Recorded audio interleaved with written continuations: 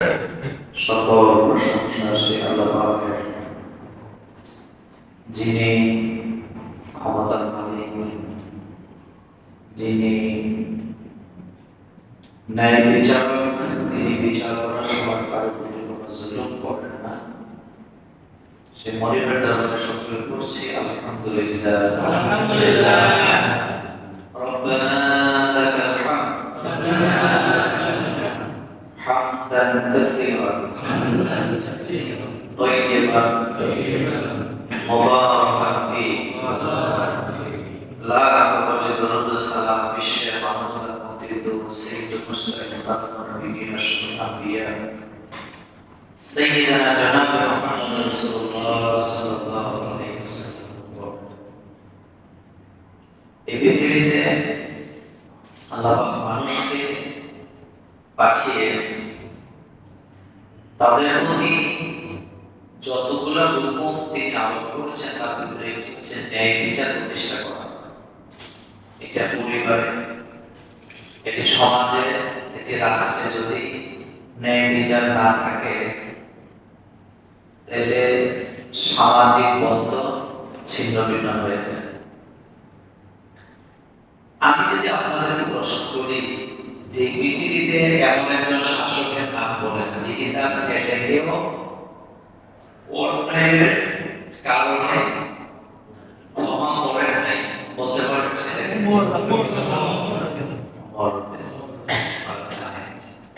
কি বিচার, কি শাসক! নিজের ছেলেকেও তিনি কি করেন নাই, ক্ষমা করেন নাই। চিন্তা করা যায়।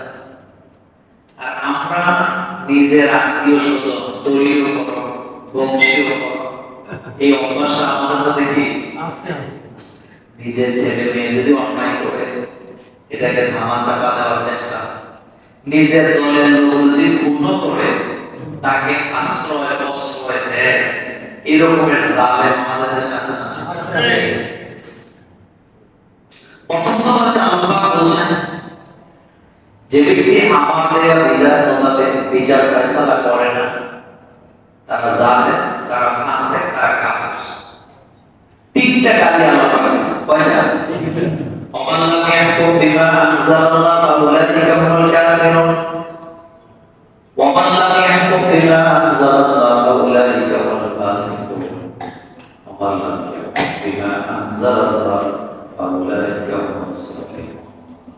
আল্লাহ পাক বলেন আমি যে বিধান নাযিল করেছি এই বিধান অনুযায়ী যারা বিচার ফয়সালা করে না তারা জালেম, তারা কাফের, তারা ফাসিক।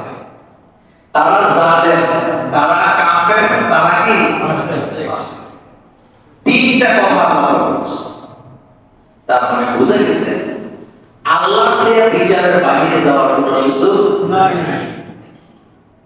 রাসূল কারীম সাল্লাল্লাহু আলাইহি ওয়াসাল্লামের ব্যাপারে আল্লাহ বলেছেন তারা যতক্ষণ পর্যন্ত আপনাকে বিচারক হিসাবে মানতে না পারবে ততক্ষণ পর্যন্ত তারা মুমিন হতে পারবে না। আপনি কথা চিন্তা করেন, যতক্ষণ পর্যন্ত আপনাকে তারা বিচারক হিসাবে মানতে না পারবে ততক্ষণ পর্যন্ত তারা মুমিন হতে পারবে না। কেন? তার কারণ ন্যায় বিচার ইসলাম ছাড়া প্রতিষ্ঠা করা যায় না। যেখানে ইসলাম এবং ন্যায় বিচার থাকে না ভালো মানুষের অপরাধী হয়, আর যেখানে ইসলাম থাকে ন্যায় বিচার থাকে সেখানে অপরাধীরা শাস্তি পায়। আপনারা কি কথা বুঝতেছেন? যেখানে ন্যায় বিচার থাকবে সেখানে অপরাধীরা শাস্তি পাবে, অপরাধীরা আসামি হবে, অপরাধীর বিরুদ্ধে মামলা হবে। আর যেখানে ন্যায় বিচার থাকবে না, দলীয় কলম, আত্মীয় কলম দিয়ে ভর্তি থাকবে, নিরপরাধ মানুষ, তাহাজ্জুদ গুজারি মানুষ, আলেম, ওলামা, পীর, মাশায়েখ, হুজুর, ভালো মানুষ দিয়া জেলখানাতে ভর্তি করে দেওয়া।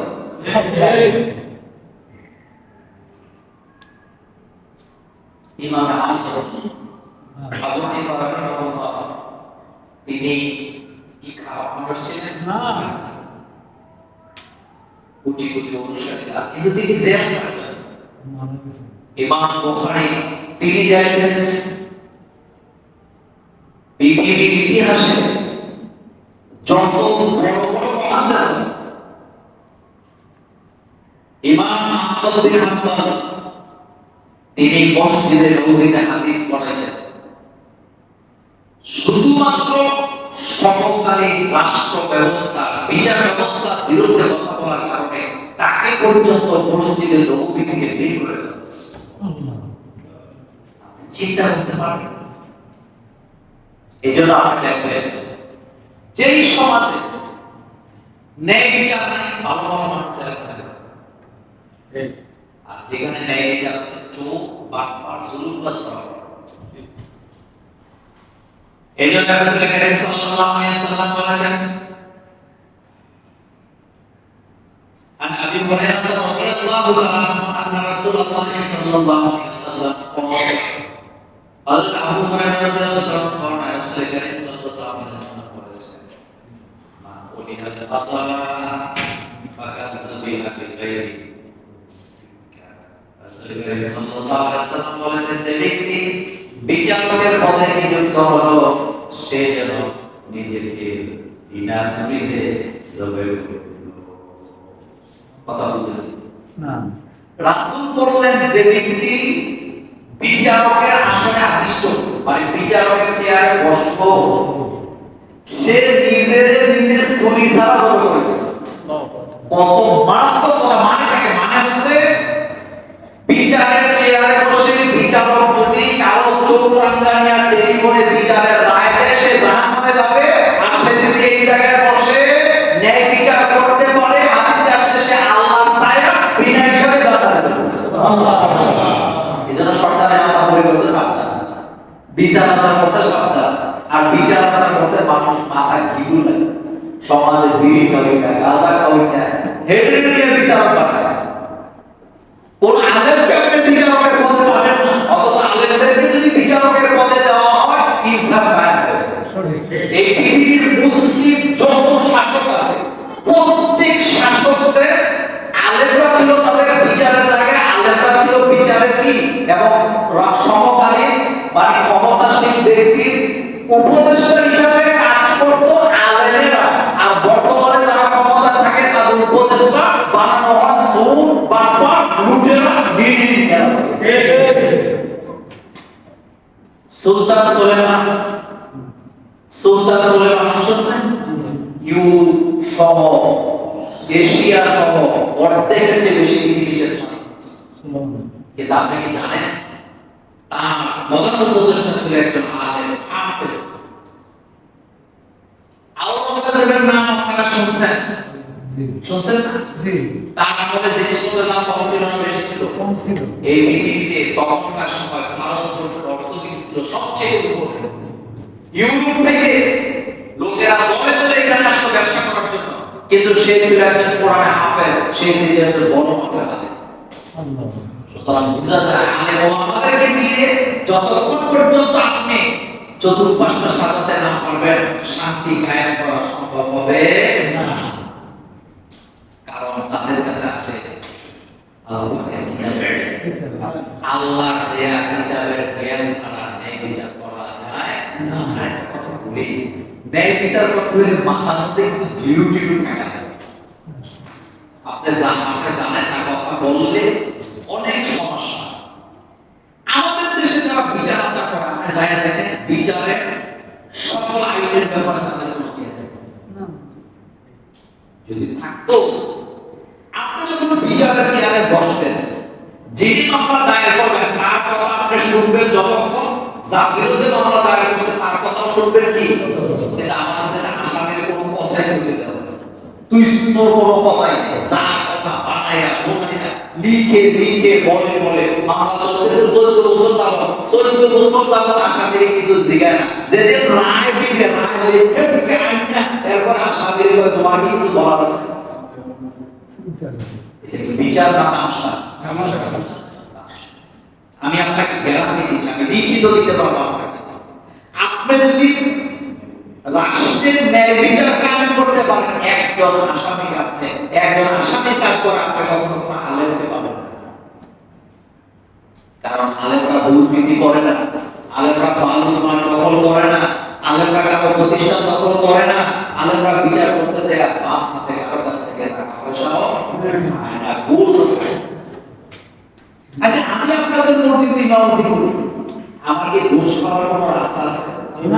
আসতে গেছে কোন রাস্তা কি আছে? আপনাদের দেশে যত আলেম আছে, একজন আলেমের নাম বলুন কি ঘুষ খাওয়ার কোনো রাস্তা আছে? না। তো হ্যাঁ, আসামি হয় কেন? গত 17 বছর যাবত তাই দেখছি, হাজার হাজার আলেম ঘুষের বিরুদ্ধে মামলা খাইতে, এমনও আলেম আছে 64টা মামলা। তো অপরাধটা কি করছে সে? অপরাধটা কি করেছে? অপরাধ কিছুই করে না, জালেমের বিরুদ্ধে অপরাধ কারণে মামলা করেছে। অথচ বুখারীর হাদিসে রাসূল কারীম সাল্লাল্লাহু আলাইহি ওয়াসাল্লাম বলেছেন, তোমরা যত জিহাদ করো সর্বোত্তম এবং শ্রেষ্ঠ জিহাদ হলো সমকালীন জালেমের বিরুদ্ধে করো। আল্লাহ অন্যায়ের বিরুদ্ধে কি করা? বিচার করতে ঘিলু কেন লাগে বলছি দেখেন। এক মহিলা একজন পুরুষের বিরুদ্ধে কাজী দরবারে বিচারকের কাছে মামলা দায়ের করেছে। মামলাটা হলো আমাকে জোর করে সে দর্শন করেছে। তা মামলা শুনছে যে আসামি, বাদী বিবাদী দুইজনের কথা শুনছে। শোনার পরে বিচারক রায় দিয়েছে পুরুষের উপরে 5 দিরহাম জরিমানা করেছে। কত দিরহাম? 5। পুরুষরা বলতেছে, আসামি বলতেছে, কাজীকে বলতেছে, কাজী মানে বিচারক, কাজীটা আরবি শব্দ, এটা তো বুঝেন? বিচারককে বলতেছে যে মহামান্য বিচারক, আমি এই অন্যায়টা করিনি, কিন্তু আপনি যখন রায় দিয়েছেন আমি মানতে কি বাধ্য। আমি 5 দিরহাম দিয়ে দিলাম, তবে আমার আল্লাহ সাক্ষী আছে আমি এই কাজ করব। আমি বলে গেছি। তখন বিচারক বলেছিলেন, তুমি যদি অন্যায়টা করে না থাকো, আল্লাহ অবশ্যই তোমাকে উত্তম যাজা দিবে। কি দিবে? উত্তম যাজা। এখন বিচারপতি মহিলাকে বলতেছে, তুমি তো 5 দিরহাম পাইছো, তুমি জানো। মহিলা 5 দিরহাম নিয়ে খুশি মনে চলে যাচ্ছে। একটু দূরে যাওয়ার পরে বিচারপতি বলতেছে ওই আসামিকে, তুমি যে 5 দিরহাম দিছো, যাও ভাইয়া রাস্তায় মহিলারা যেখানে পাবা ওখান থেকে 5 দিরহাম টাকা থেকে নিয়ে নিয়ে আসবে। পুরুষ লোকরা দৌড়াইয়া যায়, তার তো টাকা, সে তো অন্যায় করে নেই। মহিলাদের বলে তার মানে তার থেকে কয় টাকা? 5 দিরহাম আনার জন্য আধা ঘন্টা চেষ্টা করছে। কথা বুঝতেছেন? কতক্ষণ? আধা ঘন্টা চেষ্টা করছে। 5 টাকা আনা তো দূরের কথা, মুখটাই খুলতে পারে না। এতে ফেরত এসে কয় বিচারপতি, টাকা গেছিল এটাই ভালো, আমাদের এনার্জিও গেছে। কয় কেন? আধা ঘন্টা চেষ্টা করছে, কিন্তু মহিলা থেকে টাকা আনবো তো দূরের কথা, টাকা হাতের মুখটাই খুলতে পারে না। বিচারপতি এবার পুলিশ পাঠাইছে, যা ওরে ওরে নিয়ে। এখন মহিলাকে ধরে এনে বলতেছে, তুমি 10 দিরহাম জরিমানা দিবে। কত? মহিলা বলতেছে 10 দিরহাম। কাজী সাহেবের কি রায় দিলেন? জরিমানা দিলেন 5, এখন আবার 10 কেন? বিচারক তখন বলতেছে, তুমি বলো যে পুরুষ তোমার হাতের মুখ থেকে 5 দিরহাম আনতে পারে না, সেই পুরুষটা তোমার কাপড় চোপড় খুইলা তোমার সাথে খারাপ কাজ করছে, এটা শয়তানও বিশ্বাস করে।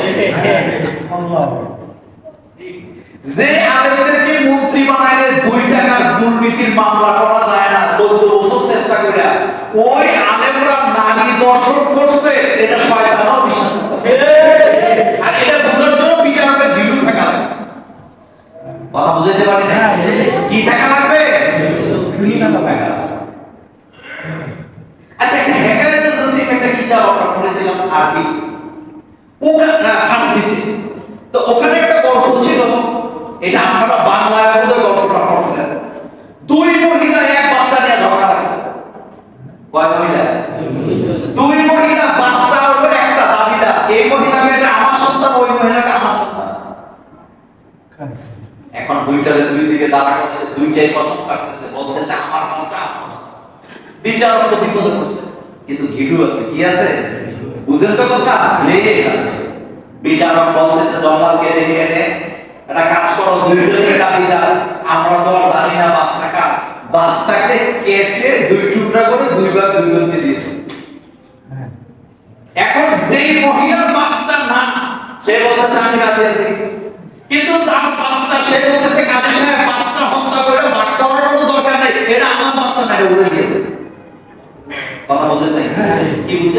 হ্যাঁ তার সঠিক হ্যাঁ, এখন কাজী সাহেব বলতেছে যে বলেছে বাচ্চা কাটার কি নেই দরকার নাই। দরকার নাই, আমার বাচ্চা লাগবে না, উড়ে দিয়ে দেন। আসল মা বলতো সে, কারণ আসল মা কখনো বাচ্চার গায়ে আসল লাগতে দেয় না। আচ্ছা, আরেকটা কথা বলে আমি এই কথাটা চেঞ্জ করবো। বিচারক কেমন হওয়া লাগে? মাথা থাকা লাগে। কি থাকা লাগে? মাথা থাকা লাগে। দলীয় কোন ব্যক্তির পা চাটলে, কোন দলের পা চাটলে এবং দলীয় পরিচয়ে বিচারক হলে কখনো ন্যায় বিচার করা যায় না। একজন পুরুষ লোক তার স্ত্রীর বিরুদ্ধে বিচারকের কাছে বিচার দিছে। বিচারটা কি? আমার স্ত্রী পরকীয়া করে, আমি যখন বাসায় থাকি না, সে অন্য পুরুষকে ঘরে নিয়ে আসে। মহিলাকে জিজ্ঞেস করছে তুমি কি কাজ করো? কয়টা? আমি জীবনে কাজ করি না। আর কসম কাটার বেলায় মহিলারা কয়টা পারে? হারামও খাইতে, হারামও দেরি করা, হারামও বুঝি না। বলে কি বলে না? বিচারক কথাবার্তা শুনে শুনে বেচারি এমন ভাবে পাঠায় বোনায় কথা বলছে, আমি এই কাজ করি না, আমার স্বামী আমার বিরুদ্ধে অপবাদ দিচ্ছে। বিচারপতি বলতেছেন তুমি যে অত নিরপরাধ, তোমাকে ছেড়ে দেওয়া হবে আজকে। বিচারপতি পকেট থেকে একটা হাতলের সীসা বের করছে। কি হাতল? তো সাধারণ হাতল না, তো বিচারকের হাতল।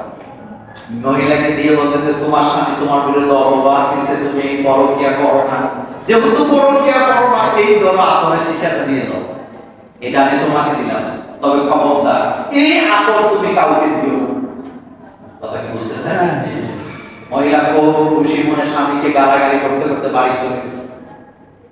মনে মনে বলতেছে তুমি স্বামী আমার একটা ভালো নাই, উল্টে আমি পুরস্কার পাইছি। আসলে পুরস্কার পায় না, এটা কি 30 টাকা পাইছি। বাড়িতে নিয়ে এত দামি এত লাগায় এত কি গ্রাম। স্বামী যখন চলে গেছে, আবার ওই জানলাকে বসতি নষ্টি করে সে তো আসছে। আসার পরে মহিলা খুব বুক ফুলায় বলতেছে তুমি হলে আমার জানের জান পরাণের পরাণ। এই বাক্যটা আমি ওই জায়গা থেকেই বলতেছি, এটা আমার মাথার নয়, এই কথাটা ওখানে আছে ঘটনার ভিতরে। মহিলা বলতেছে তুমি হলে আমার জানের জান পরাণের পরাণ। বিচারপতি বলছে এই আদর যেন কাউকে না লাগাই, তোমার না লাগাই আমি পারি। আদর হাতে লাগাইয়া মহিলা ওই পুরুষের গালে, দাড়িতে, চুলে, জামা সব জায়গায়